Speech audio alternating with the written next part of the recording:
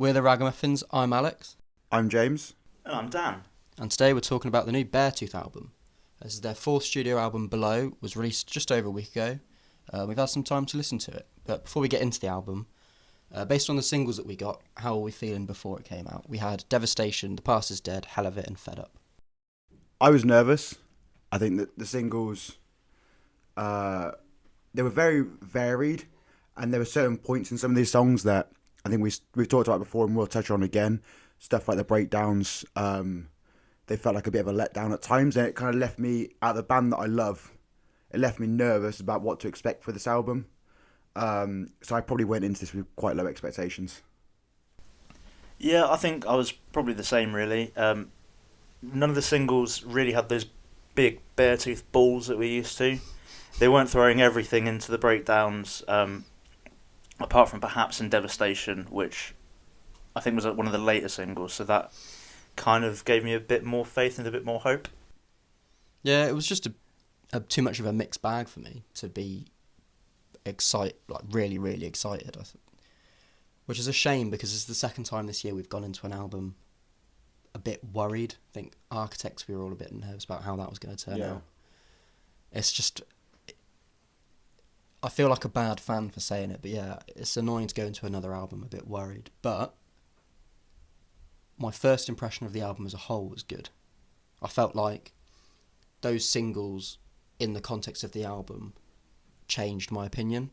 Like, it was a lot of like kind of give and take with intensity, and I think those singles fit really well within the whole shape of the album. So what did you guys think, kind of first thoughts on the whole album? I had that as well. I found much more relief out of it that when the album dropped and listening to some of these, it felt like more of the Disgusting era was back. It sounded a bit more mature and a bit more developed sound. You kind of have the familiar Beartooth sound, but you can see things they haven't done since like early EP and first album, that as they went more melodic through Aggressive and Disease, we're starting to get that a bit more aggression back. It's so much more scream heavy, like in the vocals, for example, than it is sung, and it is that much more like aggression from those early releases. Yeah, I think relief is the word here. Obviously, with some concerns going into it, the first listen I think is intensified and made that bit better by that sense of relief that it's not the album that you were perhaps expecting, and it is going to be a smoother ride than perhaps you were expecting, rather. Yeah, I think one thing I want to praise about this album is the choruses. I think it's got some of their best choruses to date. Fed Up, Below, Devastation, and Skin were the ones that stood out the most. Especially Skin, I feel like that should have been probably a lead single. Yep. Because that was my favourite song of the album, I think the strongest. But I think choruses, they've always done a really strong chorus, and that's like one of the best features of this album, I think. Do you guys feel the same? I agree. I mean, you look at songs like In Between, you look at Disease, they are named for that, and the big crowd sing-alongs you get, you can kind of pick out songs like Skin that you know, as soon as you see that in a live environment, everyone is going to be singing along. I definitely agree. They've got like a good song, a solid song structure to how a Beartooth song is, how Caleb writes it, and those big choruses it's just a key part. Yeah, you touched on the live scenario there. I think it feels like listening to this, there's a lot of bits I picked out that was like, oh, that would be cool live, or that song's going to be on the set list, or that's been written with like a wall of death, or a mosh pit, or something that will happen in the live show in mind. So I just mentioned Skin as like my favourite song of the album. Did you guys have one? It's Skin for me as well. I feel like one of my criticisms of this album is they follow just the trusty Beartooth formula on a lot of your songs of riffy verse, nice sing-along chorus, and then like a big heavy breakdown towards the end. But Skin switched things up a bit more. There's a lot more bass higher up in the mix. The chorus is ridiculously catchy, and then the breakdown's quite different because Caleb uses cleans a bit more. Again, I think it's going to be a massive sing-along when it's played live, and for me, this one was the standout on the album. It brings something completely different to the table, and I loved it. I do agree. Skin was a very good standout from the album. the intro and the bass is beautiful. The tone they've got on it, it's great production. And I mean, yeah, the bridge riff, fantastic. But for like a favourite song of the album for me, it's Dominate. I thought you would say that. It is. It's just as soon as it starts, it's just aggressive and in your face.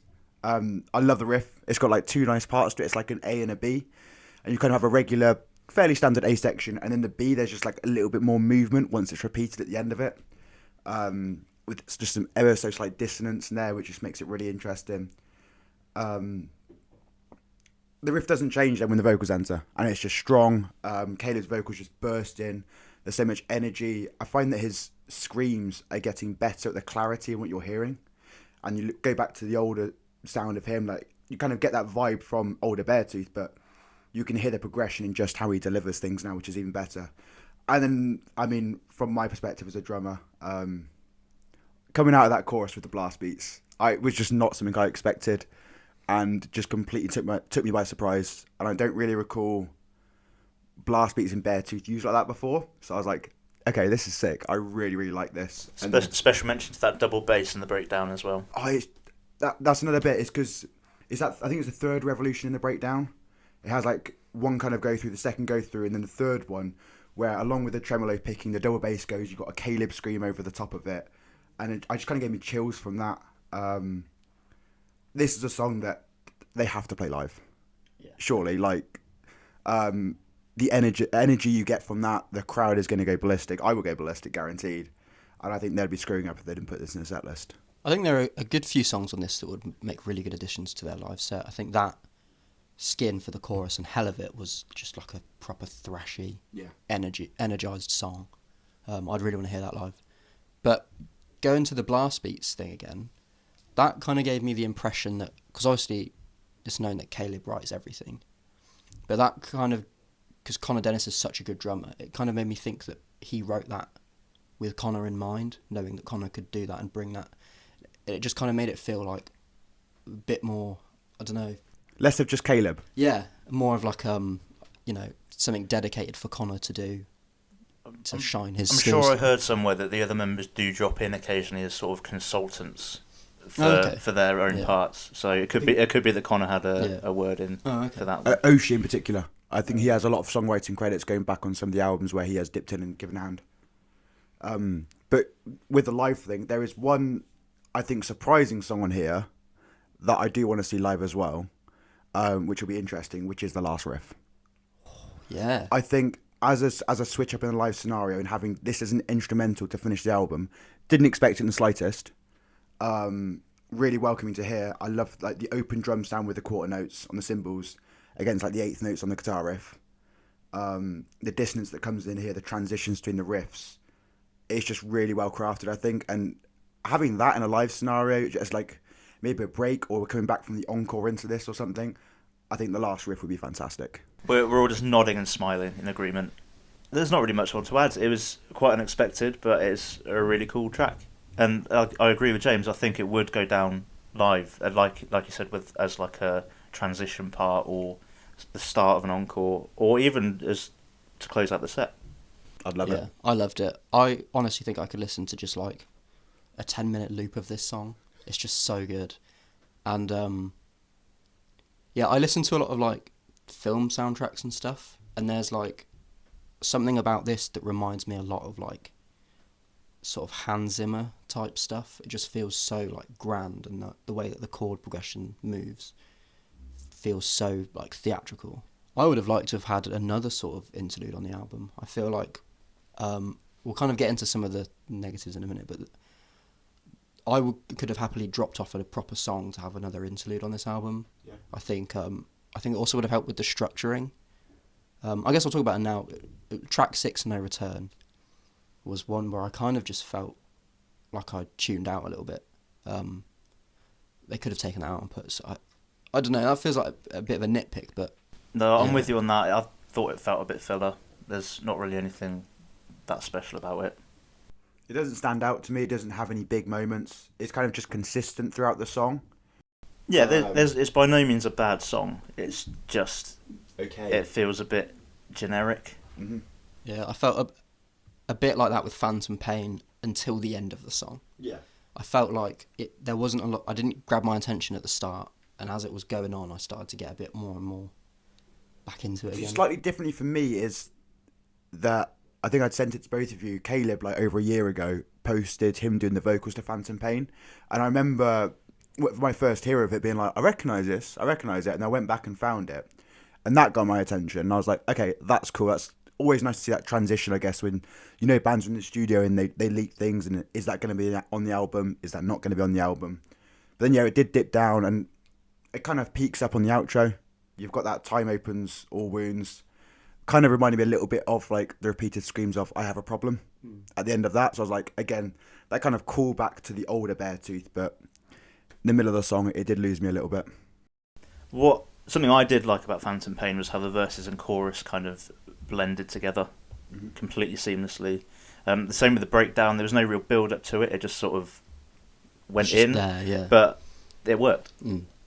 And then there's that little bonus at the end, which is going to be sick live. Yeah. So going back to earlier in the album, and we mentioned briefly on the intro about some of the breakdowns with not really living up to the potential with it. You have both songs 3 and songs 4 of The Past Is Dead and Fed Up, where for me it fell short with closed hi-hats in breakdowns, and it felt like you were getting a build, and then there was no climax at the end of it. It was very just disappointing, I guess. What is it same for you guys? It's interesting to use the word climax, because I thought they felt a bit blue ballsy. Like, the breakdown builds up and you think it's going somewhere, and then it kind of doesn't. It just sort of plateaus out, which is fine. They've tried to apply sort of a different kind of formula to writing the breakdown, but if it ain't broke, don't fix it. Yeah. Yeah, that's the exact sentiment I have. It's fine to do it on one song, but like James said, you've got The Past Is Dead followed by Fed Up, and they've both kind of done the same thing, where there's a big build-up and then sort of... Yeah, and it's frustrating because, for the most part, I really like The Past Is Dead. Yeah. I think it's a really, really good song. It's got a great chorus. It drives it through nicely. I like just like changing the drumming in the pre-chorus. It goes from just like quarter notes, and then you've got like a snare drum roll, which I thought is a nice progression you've got in there. It's something that's going to get you singing along, but then it gets to that breakdown, and it's just like, okay, you've let me down here, and I want something more. And then it's exactly the same on Fed Up. It's a really cool kind of angsty punk rock song.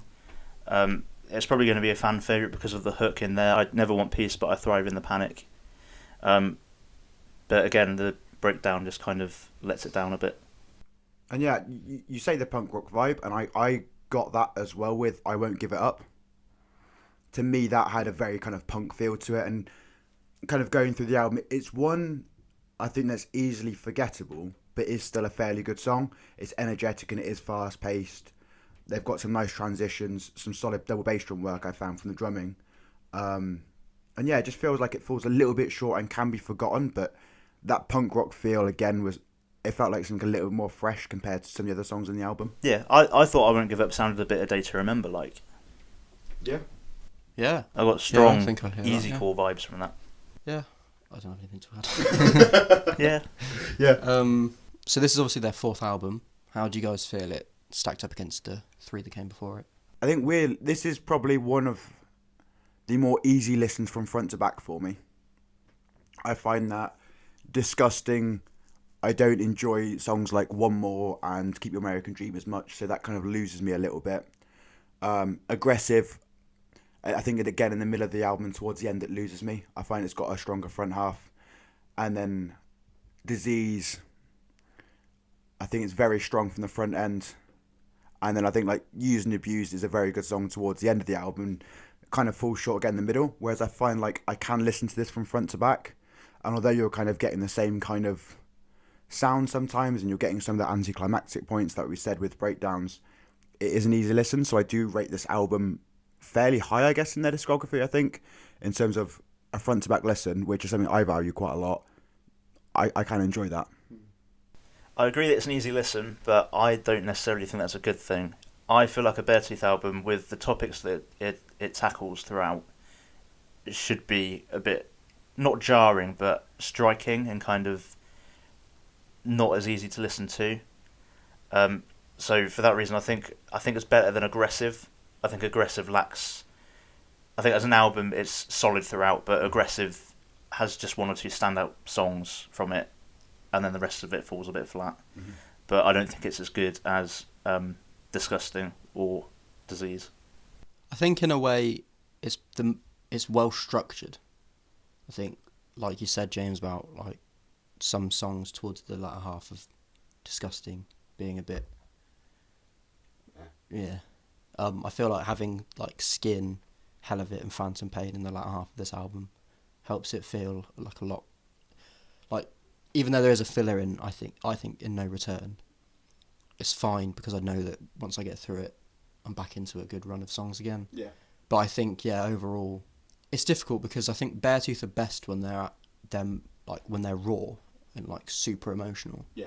And I think that's maybe what I mean about it not being an easy listen. Like Yeah. this album is incredibly like well produced and mixed and perfectly structured. Like the track listing is good and the order is good.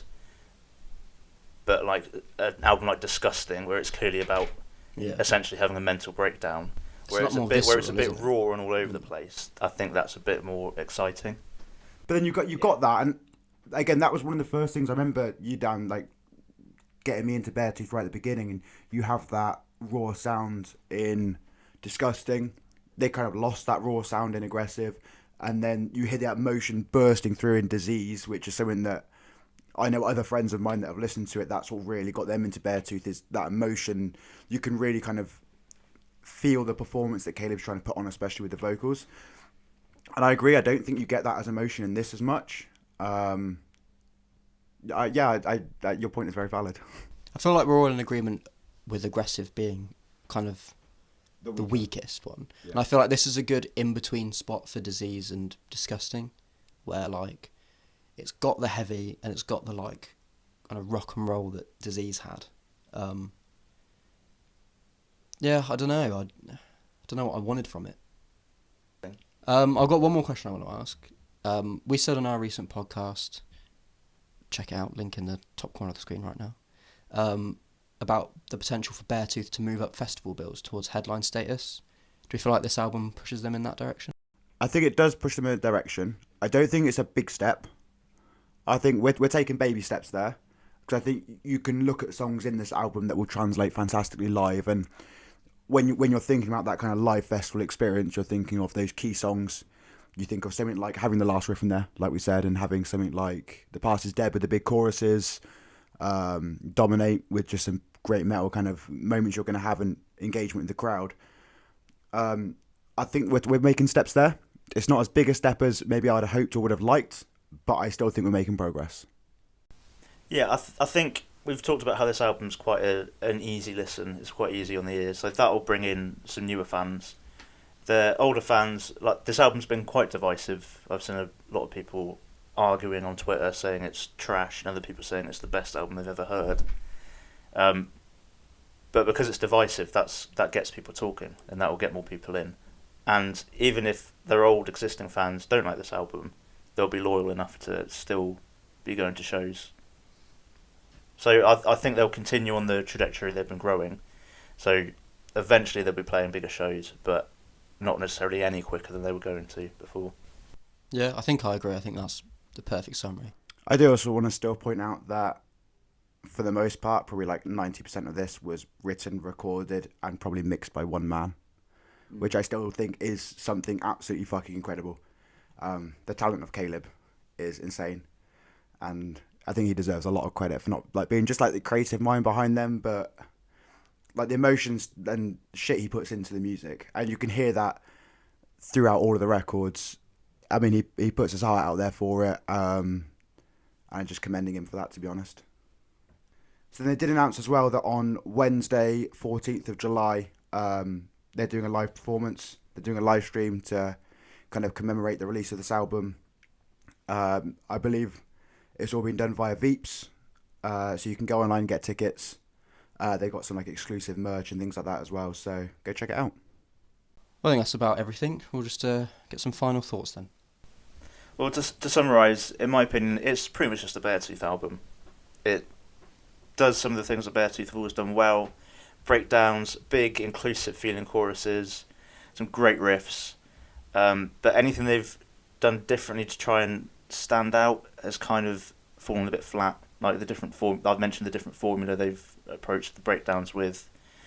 To compare it to other albums, it's good as a whole, but Skin is the only one that really stands out for me.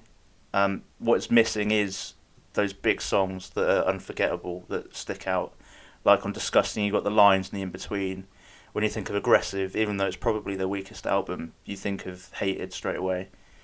Disease, you've got songs like Disease and Bad Listener, which are unskippable ones. But this one just doesn't really have anything that's going to, I think, be as iconic as those and stand out as much. Yeah, I think there's enough here for existing Beartooth fans to still love and enjoy. And at the end of the day, I think Beartooth exists best in a live setting. So I guess when we see them in February next year, maybe we'll talk about these songs again, because it might change how we feel. But yeah, I like this album. And like you said, with that, Beartooth are best enjoyed in a live setting. They put on a fantastic show. I remember the first time seeing some songs by them live and it changing my view of them. Like I remember when I first saw something like Fair With a Friend live. It wasn't a song I enjoyed before. Then seeing it performed, I was like, okay, I really like this song. So I wonder if that will do anything. Hearing some of these songs in a different scenario may change opinions. I enjoyed the album. I'm excited for February. Bring it on. What do you guys at home think? Did you like this album? Let us know your thoughts in the comments below and make sure to hit subscribe so you never miss another video.